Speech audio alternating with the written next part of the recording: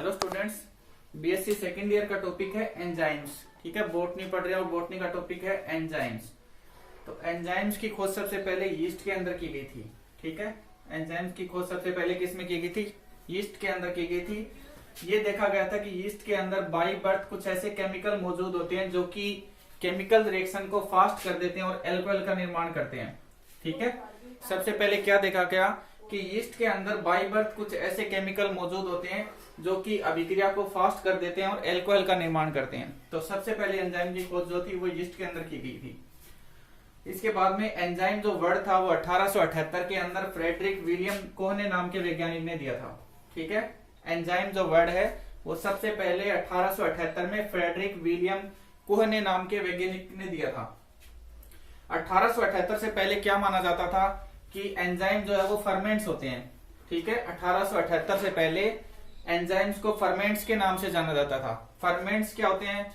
Biological catalyst होते हैं, जैविक उत्प्रेरक होते हैं जो कि रासायनिक अभिक्रियाओं की गति को तेज करते हैं।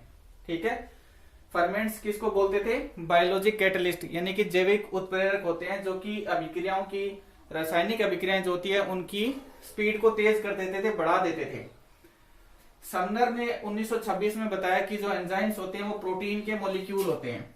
ठीक है, समनर ने क्या बोला कि एंजाइम जो होते हैं वो प्रोटीनियस नेचर के होते हैं, यानी कि प्रोटीन के मॉलिक्यूल होते हैं। सभी जो एंजाइम होते हैं वो प्रोटीन से बने हुए रहते हैं। ये बात किसने बताई थी? समनर ने बताई थी 1926 के अंदर। उसके अलावा एंजाइम की क्या प्रॉपर्टीज होती है कि एंजाइम जो होते हैं वो सोल्यूबल इन वाटर, यानी कि जल के अंदर घुलनशील होते हैं। ठीक है, एंजाइम्स जो होते हैं वो जल के अंदर घुलनशील होते हैं। एंजाइम्स कोलाइडी मॉलिक्यूल होते हैं, यानी कि कोलाइडी कण होते हैं। ठीक है, छोटे छोटे कण होते हैं जो कि कोलाइडी नेचर के होते हैं, कोलाइडी कण होते हैं। सभी जो एंजाइम है वो लिविंग सेल्स के द्वारा बनाए जाते हैं। जो जीवित कोशिकाएं होती है वो ही क्या करती है? एंजाइमों का निर्माण करती है। तो एंजाइम कौन बनाता है? जीवित कोशिकाएं, प्रोड्यूस्ड बाय लिविंग सेल्स। जितनी भी जीवित कोशिकाएं होती है वो एंजाइम का निर्माण करती है। उसके अलावा एंजाइम्स होते हैं वो ग्लोबुलर प्रोटीन होती है विद 3D स्ट्रक्चर, यानी कि 3 डायमेंशनल होते हैं। तीन उनकी हाइट भी होती है। ठीक है, हाइट भी होती है, लंबाई भी होती है और चौड़ाई भी होती है। 3D स्ट्रक्चर का मतलब क्या होता है कि एंजाइम्स की ऊंचाई भी होती है, उनकी हाइट, ठीक है ना, हाइट भी होती है, लंबाई भी उनकी होती है, लेंथ भी होती है और विड्थ भी होती है।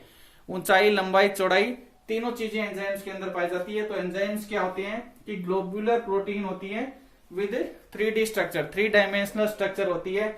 उनकी लंबाई, चौड़ाई और ऊंचाई तीनों चीजें होती है। एंजाइम जो होते हैं वो उनकी प्रकृति कैसी होती है? बायो नेचर होती है। ठीक है, जैविक प्रकृति के एंजाइम्स होते हैं और ये अभिक्रिया के अंदर खुद यूज्ड अप नहीं होते हैं, मतलब खर्च नहीं होते हैं। ठीक है, अभिक्रिया के अंदर एंजाइम्स होते हैं वो खुद खर्च नहीं होते हैं, लेकिन वो अभिक्रिया की गति को बढ़ा देते हैं, तेज कर देते हैं। ठीक है, तो ये कुछ एंजाइम्स के नेचर हैं या उनकी कैरेक्टर्स हैं, विशेषताएं हैं। क्या क्या हमने पढ़ा? वाटर सोल्यूबल होते हैं, कोलाइडी कण होते हैं और लिविंग सेल्स के द्वारा ये बनाए जाते हैं। और ग्लोबुलर प्रोटीन होती है विद 3D स्ट्रक्चर, उनकी लंबाई, चौड़ाई, ऊंचाई तीनों होती है। और ये बायो नेचर के होते हैं, जैविक प्रकृति के होते हैं। और अभिक्रिया के अंदर ये खुद यूज्ड अप नहीं होते हैं, खुद खर्च नहीं होते हैं, लेकिन अभिक्रिया की गति को तेज कर देते हैं, बढ़ा देते हैं। तो ये कुछ। उसके अलावा एंजाइम का जो नेचर होता है वो प्रोटीनियस नेचर का होता है। ठीक है, प्रोटीनियस नेचर के होते हैं एंजाइम सभी, क्योंकि प्रोटीन से बने हुए रहते हैं। अब हम देखते हैं कि एंजाइमों का नामकरण कैसे करते हैं। ठीक है, एंजाइमों का नामकरण कैसे किया जाता है कि एंजाइम का नामकरण कैसे करते हैं। ठीक है, नोमेनक्लेचर एंड क्लासिफिकेशन उसका किस तरह से किया गया है, नामकरण और वर्गीकरण कैसे किया गया है। तो IUB एक संस्था है, इंटरनेशनल यूनियन ऑफ बायोकेमिस्ट्री। ठीक है, 1961 में इसकी स्थापना की गई थी, international union of biochemistry. Short में इसको क्या बोलते हैं? IUB बोलते हैं।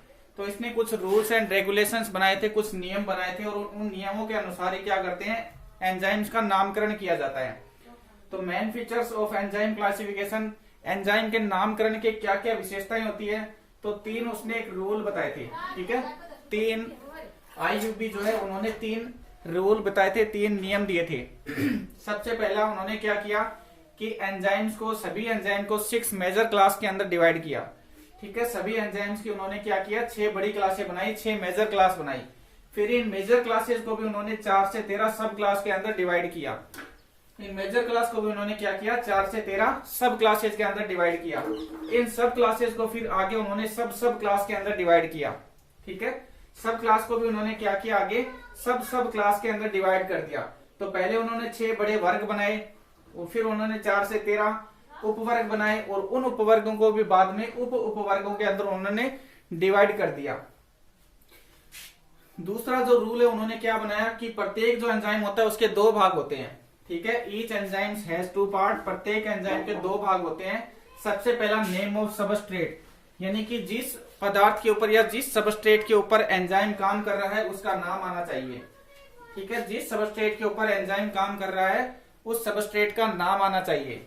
सेकेंड में उन्होंने क्या बताया, टाइप ऑफ रिएक्शन, किस प्रकार की वो रिएक्शन है और वो जो रिएक्शन है वो उसके लास्ट में क्या आना चाहिए, एज आना चाहिए। ठीक है, वो रिएक्शन किस प्रकार की है और उस रिएक्शन के लास्ट में क्या आना चाहिए, एज आना चाहिए। ठीक है, type of reaction and it ends with edge. तो रिएक्शन किस प्रकार की है उसके लास्ट में हम क्या लगा देंगे, एज लगा देंगे। जैसे ऑक्सीडेशन हो रहा है तो ऑक्सीडेज हो जाएगा। ठीक है ना, अगर रिडक्शन हो रहा है तो रिडक्टेज हो जाएगा। इसी तरह कार्बोक्सिलेशन हो रहा है तो कार्बोक्सिलेज हो जाएगा। तो इस तरह से लास्ट में क्या आएगा, एज लगना चाहिए। तो उन्होंने 2 चीजें बताई कि प्रत्येक जो एंजाइम होता है उसके 2 भाग होते हैं। सबसे पहले वो एंजाइम कौन से सबस्ट्रेट के ऊपर काम कर रहा है उस सबस्ट्रेट का नाम आना चाहिए। सेकेंड में उन्होंने बताया टाइप ऑफ रिएक्शन, किस प्रकार की रिएक्शन है और उस रिएक्शन के लास्ट में क्या आना चाहिए, एज आना चाहिए। तीसरा उन्होंने बताया कि प्रत्येक जो एंजाइम होता है उसका एक ईसी नंबर होता है। ठीक है, प्रत्येक एंजाइम का क्या होता है, एक ईसी नंबर होता है। ईसी का मतलब होता है एंजाइम कमीशन नंबर। ईसी को हम क्या बोलते हैं, एंजाइम कमीशन नंबर। तो हर एंजाइम का एक एंजाइम कमीशन नंबर होता है और ये 4 डिजिट का होता है। ठीक है, 4 डिजिट का होता है और ये एंजाइम के नाम से पहले लगाया जाता है। एंजाइम के नाम से पहले ये लगाया जाता है।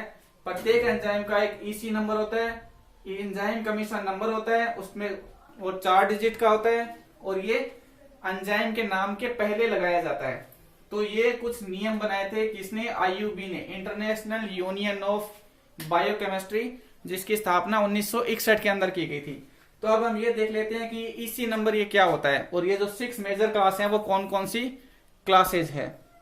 तो ये ईसी नंबर हम कैसे लिखते हैं। ठीक है, ईसी नंबर क्या होता है, ईसी नंबर को हम क्या बोलते हैं, एंजाइम कमीशन नंबर। तो ईसी नंबर लिखते कैसे हैं, तो सबसे पहले क्या करते हैं, मेजर क्लास का नंबर लिखते हैं। कोई भी जब हम ईसी नंबर लिखेंगे तो सबसे पहले हम क्या लिखेंगे, किसी भी एंजाइम का जब ईसी नंबर लिखा जाता है तो सबसे पहले हम क्या लिखते हैं, उसके मेजर क्लास लिखते हैं कि उसकी मेजर क्लास कौन सी है, उस मेजर क्लास का नंबर आएगा। उसके बाद में सब क्लास का नंबर आएगा कि उसकी सब क्लास कौन सी है, उस सब क्लास का नंबर लिखेंगे। उसके बाद में जो सब क्लास होती है उस सब क्लास को भी क्या किया गया था, सब क्लास के अंदर डिवाइड किया गया था। तो 3rd नंबर पे हम क्या लिखेंगे, सब क्लास का नंबर लिखेंगे। और 4 नंबर पे हम क्या लिखेंगे, सीरियल नंबर ऑफ एंजाइम इन सब क्लास। तो उस सब क्लास के अंदर एंजाइम कौन से सीरियल नंबर पे आता है। एंजाइम तो बहुत सारी होती है और हर एंजाइम को एक सीरियल नंबर दिया गया है। तो 4th में हम क्या करेंगे, सीरियल नंबर ऑफ एंजाइम, कि एंजाइम का सीरियल नंबर लिखेंगे, उसकी क्रमांक संख्या लिखेंगे कि वो कौन सी सब क्लास के अंदर आ रहा है, कौन सी सब क्लास में उसका सीरियल नंबर है। तो इस तरह से हम एंजाइम का क्या लिखते हैं, इसी नंबर लिखते हैं। सबसे पहले मेजर क्लास का नंबर लिखेंगे कि कौन सी मेजर क्लास है एंजाइम की। दूसरा, उसकी सब क्लास का नंबर लिखते हैं कि वो कौन सी सब क्लास में है। फिर तीसरा, सब क्लास का नंबर लिखते हैं। और चौथे नंबर पे हम क्या लिखेंगे कि सब क्लास के अंदर वो एंजाइम का सीरियल नंबर क्या है, सब क्लास के अंदर उस एंजाइम का सीरियल नंबर क्या है वो लिखेंगे। तो 6 मेजर क्लास होती है इस तरह से। कौन कौन सी मेजर क्लासेज हैं, oxidoreductase, transferases, hydrolases, lyases, isomerase और लाइगेज, या इसको सिंथेटेजेज भी बोलते हैं। ठीक है, तो ये 6 मेजर क्लासेज होती है।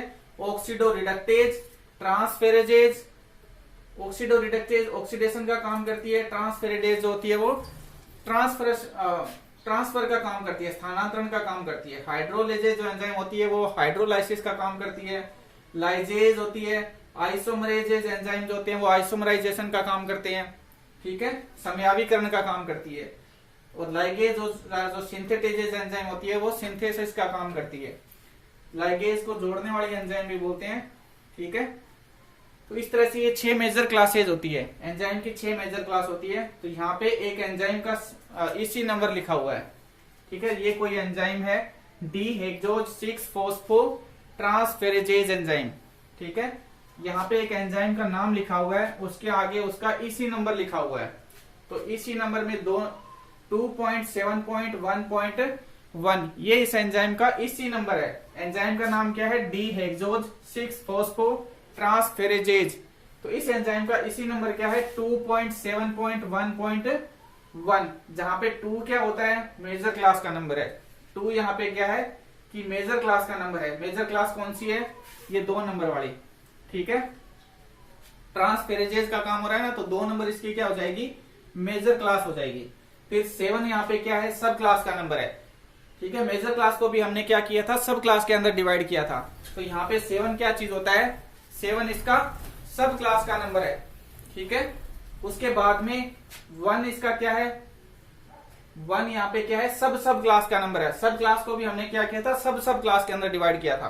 तो यहाँ पे 1 क्या हो जाएगा? सब क्लास का नंबर हो जाएगा। उसके बाद में जो लास्ट वाला 1 है वो इसका सीरियल नंबर ऑफ एंजाइम इन सब क्लास। इस सब क्लास के अंदर ये जो एंजाइम है, ये एंजाइम किस सीरियल नंबर पे आती है, उस सब क्लास का सीरियल नंबर हो जाएगा।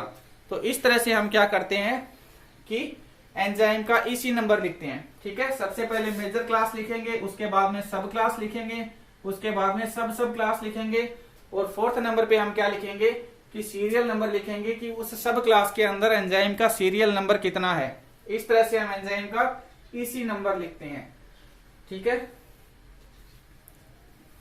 अगर वीडियो अच्छा लगे तो लाइक शेयर और सब्सक्राइब जरूर करें। नेक्स्ट वीडियो में हम पढ़ेंगे कि जो 6 मेजर क्लास होती है उसमें क्या क्या होता है, ठीक है ना। जैसे ये 6 मेजर क्लास हमने डिवाइड किया है, उस 6 मेजर क्लास में क्या क्या चीजें होती है वो नेक्स्ट वीडियो में हम पढ़ेंगे। अगर वीडियो अच्छा लगे तो लाइक शेयर और सब्सक्राइब जरूर करें। Thank you.